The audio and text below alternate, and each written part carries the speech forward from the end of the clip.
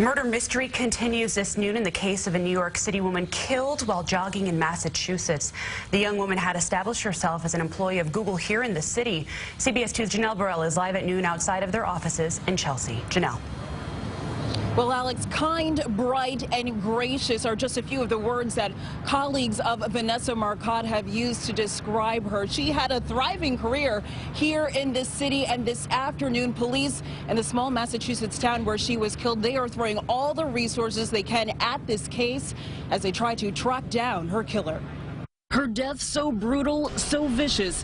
Many who knew Vanessa Marcotte say they're simply too sickened to talk. Her colleagues at Google, where she worked today, too stunned to comment as well. News like that so close, it's like shocks your system. This woman who works in the same building on 8th Avenue where 27-year-old Marcotte had been an account executive for the tech giant. Employees at her company notified by email of Marcotte's death. It was really, really devastating to think that, that can happen so close. It can happen to anyone. It can happen anywhere at any time of day. The manhunt now intensifying in the small town of Princeton, Massachusetts, about 50 miles west of Boston, where Marcotte had been visiting her mother over the weekend. Investigators say she had gone out for a jog in the afternoon along a tree-lined route. When she didn't return home, her mom called police. Her body found Sunday evening in woods a half-mile from her mother's home. And there are reports that she was naked with burns on her hands and feet and signs of sexual assault. Please use an abundance of caution. We don't know if this is a random act. We're asking you to be very careful. The small town now teeming with detectives as they hunt for her killer.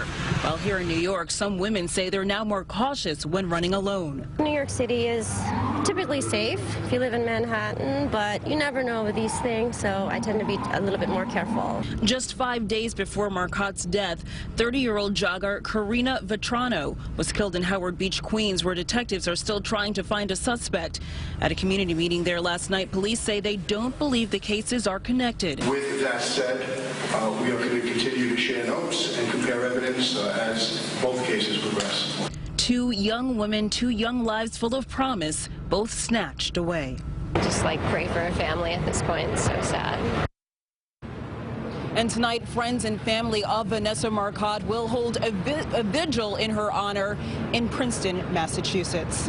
Reporting live this noon from Chelsea, Janelle Burrell, CBS 2 News.